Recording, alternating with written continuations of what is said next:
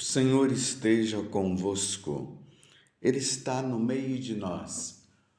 Proclamação do Evangelho de Jesus Cristo, segundo Mateus. Glória a vós, Senhor. Naquele tempo, Jesus tomou consigo Pedro, Tiago e João, seu irmão, e os levou a um lugar à parte, sobre uma alta montanha, e foi transfigurado diante deles. O seu rosto brilhou como o sol, e as suas roupas ficaram brancas como a luz. Nisto, apareceram-lhes Moisés e Elias, conversando com Jesus. Então Pedro tomou a palavra e disse: Senhor, é bom ficarmos aqui. Se queres, vou fazer aqui 3 tendas, uma para ti, outra para Moisés e outra para Elias. Pedro ainda estava falando quando uma nuvem luminosa os cobriu com sua sombra. E da nuvem uma voz dizia: Este é o meu filho amado, no qual eu pus todo o meu agrado. Escutai-o. Quando ouviram isto, os discípulos ficaram muito assustados e caíram com o rosto em terra. Jesus se aproximou, tocou neles e disse: Levantai-vos e não tenhais medo. Os discípulos ergueram os olhos e não viram mais ninguém a não ser somente Jesus. Quando desciam da montanha, Jesus ordenou-lhes: Não conteis a ninguém esta visão, até que o Filho do Homem tenha ressuscitado dos mortos. Palavra da salvação. Glória a vós, Senhor. Meus irmãos e minhas irmãs, hoje é domingo, dia do Senhor. E estamos agora no segundo domingo da Quaresma. Como nós costumamos dizer no ditado popular, a fila anda.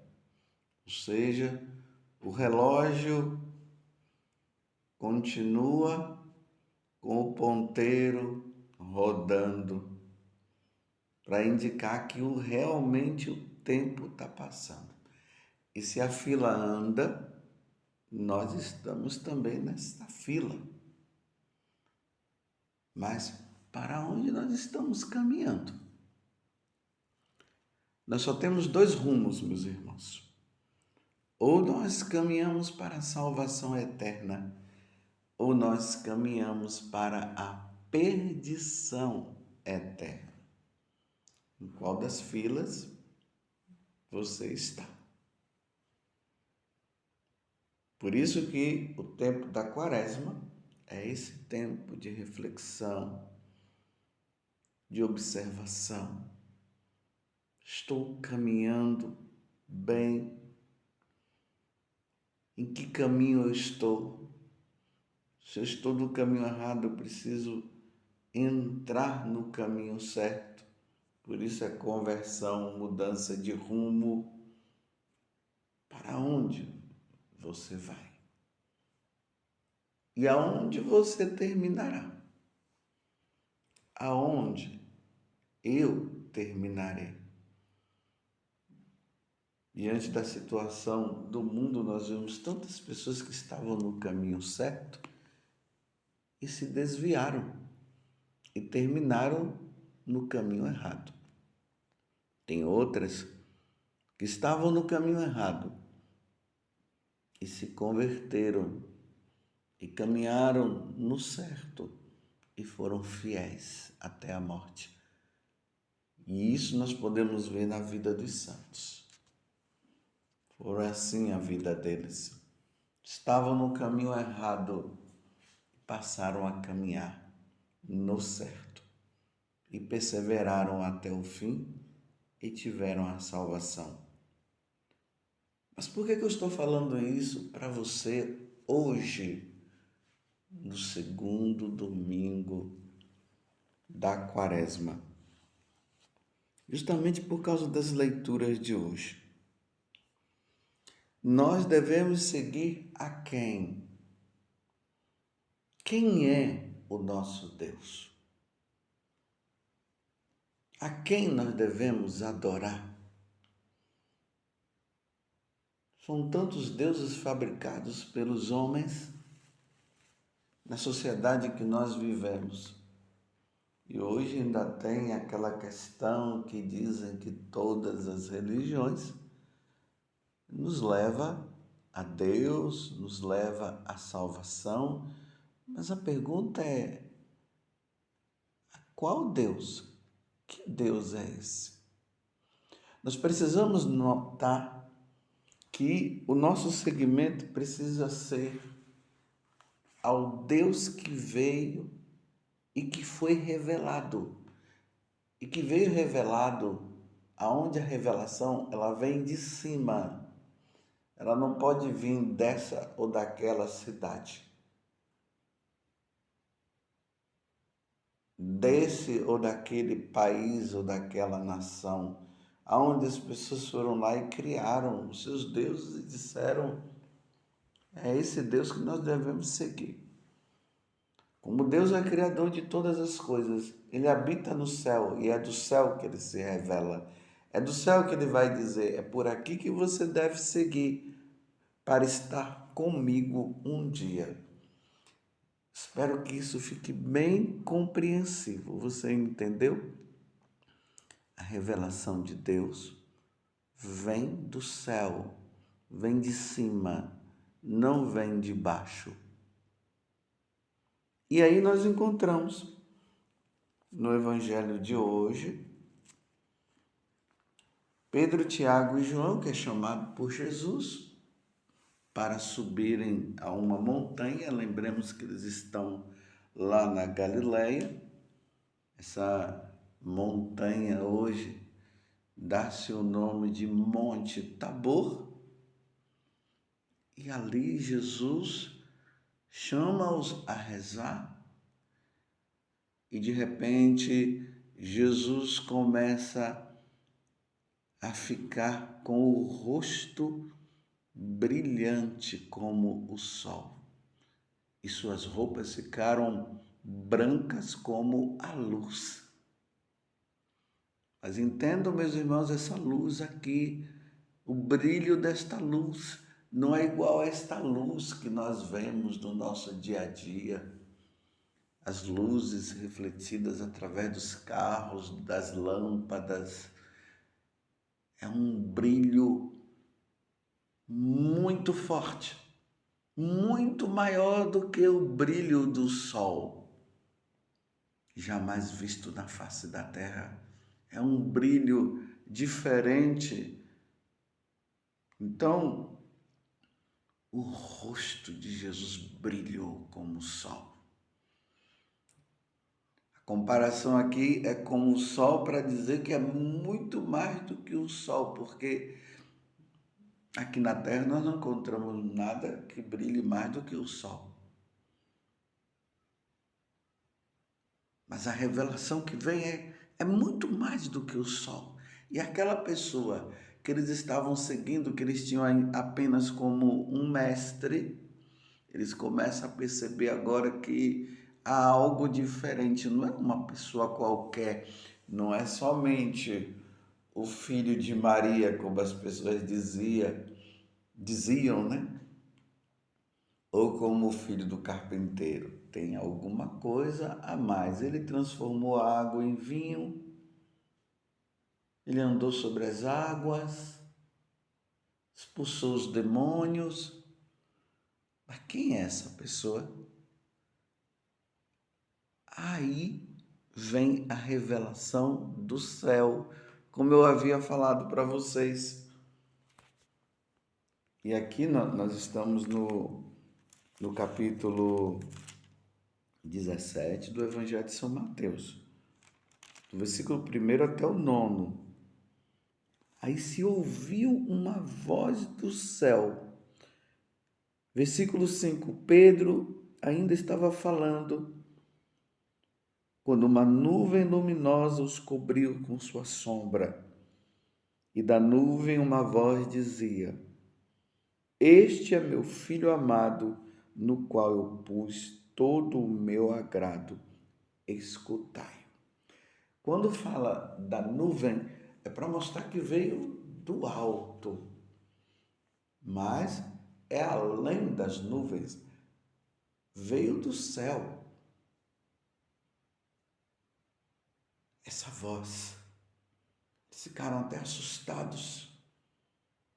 Vocês estão entendendo que agora essa voz que vem do céu, que é Deus, o Criador de todas as coisas, ele está dizendo para Pedro, Tiago e João que esse filho é dele, então é Deus também, a segunda pessoa da Santíssima Trindade. Esta voz que vem do céu mostra agora: é meu filho bem amado, escutai-o. A quem nós devemos escutar? Jesus. Na primeira leitura nós vemos também Abraão, que morava lá na Caldeia. Então Abraão, ele era da cidade de Ur, dos caldeus, lá do sul da Mesopotâmia. Então imagina que Abraão estava no meio desses povos, com esses deuses que foram criados por eles mesmos. Depois vocês procurem aí pesquisar os deuses caldeus, os deuses da Mesopotâmia. Aí você vai ver o nome desses deuses. E é no meio dessa confusão de tanta idolatria e tudo mais que agora Abraão ouve uma voz que diz: sai da tua terra, essa terra dos pagãos, da idolatria, sai da tua terra, da tua família, da tua casa, do teu pai e vai para a terra que eu te vou mostrar. Então agora Deus está tirando Abraão do meio dos pagãos para ir para uma terra aonde não haverá a idolatria, embora lá já tenha povos também, mas era preciso que fosse conquistado também esses povos que eram também, que viviam com as suas idolatrias próprias, terra de Canaã, os deuses cananeus. Então ele precisava sair de lá para vir para cá, para aí Deus começar a ir retirando todo tipo de idolatria e formar um povo. Esse lugar que Deus chamou se chama hoje Terra Santa. Compreendeu? Então eles vêm para essa terra que é a chamada Terra Santa. E ali Deus vai falar para Abraão: farei de ti um grande povo e te abençoarei. Engrandecerei o teu nome de modo que ele se torne uma bênção. Abençoarei os que te abençoarem e amaldiçoarei os que te amaldiçoarem. E em ti serão abençoadas todas as famílias da terra. A partir de Abraão se forma o povo judeu e no judaísmo, que agora Jesus vem, e aí Jesus começa a apresentar mais ainda o Deus de Abraão, de Isaac e de Jacó, e ele vem dizer que ele também é Deus, e aí revela a segunda pessoa da Santíssima Trindade, e depois revela a terceira pessoa da Santíssima Trindade, que é o Espírito Santo. Lembramos que no batismo isso já aconteceu, no batismo de Jesus. Se ouviu uma voz, o Espírito Santo desceu ali em forma de pomba, mas ele não é uma pomba, ele veio em forma de pomba, e Jesus estava ali sendo batizado. Então ali a revelação da Santíssima Trindade vem do céu. Do céu se ouve uma voz que diz: este é meu filho, bem amado, nele eu coloco todo o meu bem-querer.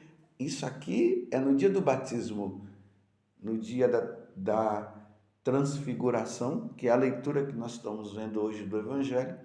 A mesma voz se faz ouvir dizendo: ele é meu filho bem amado, escutai.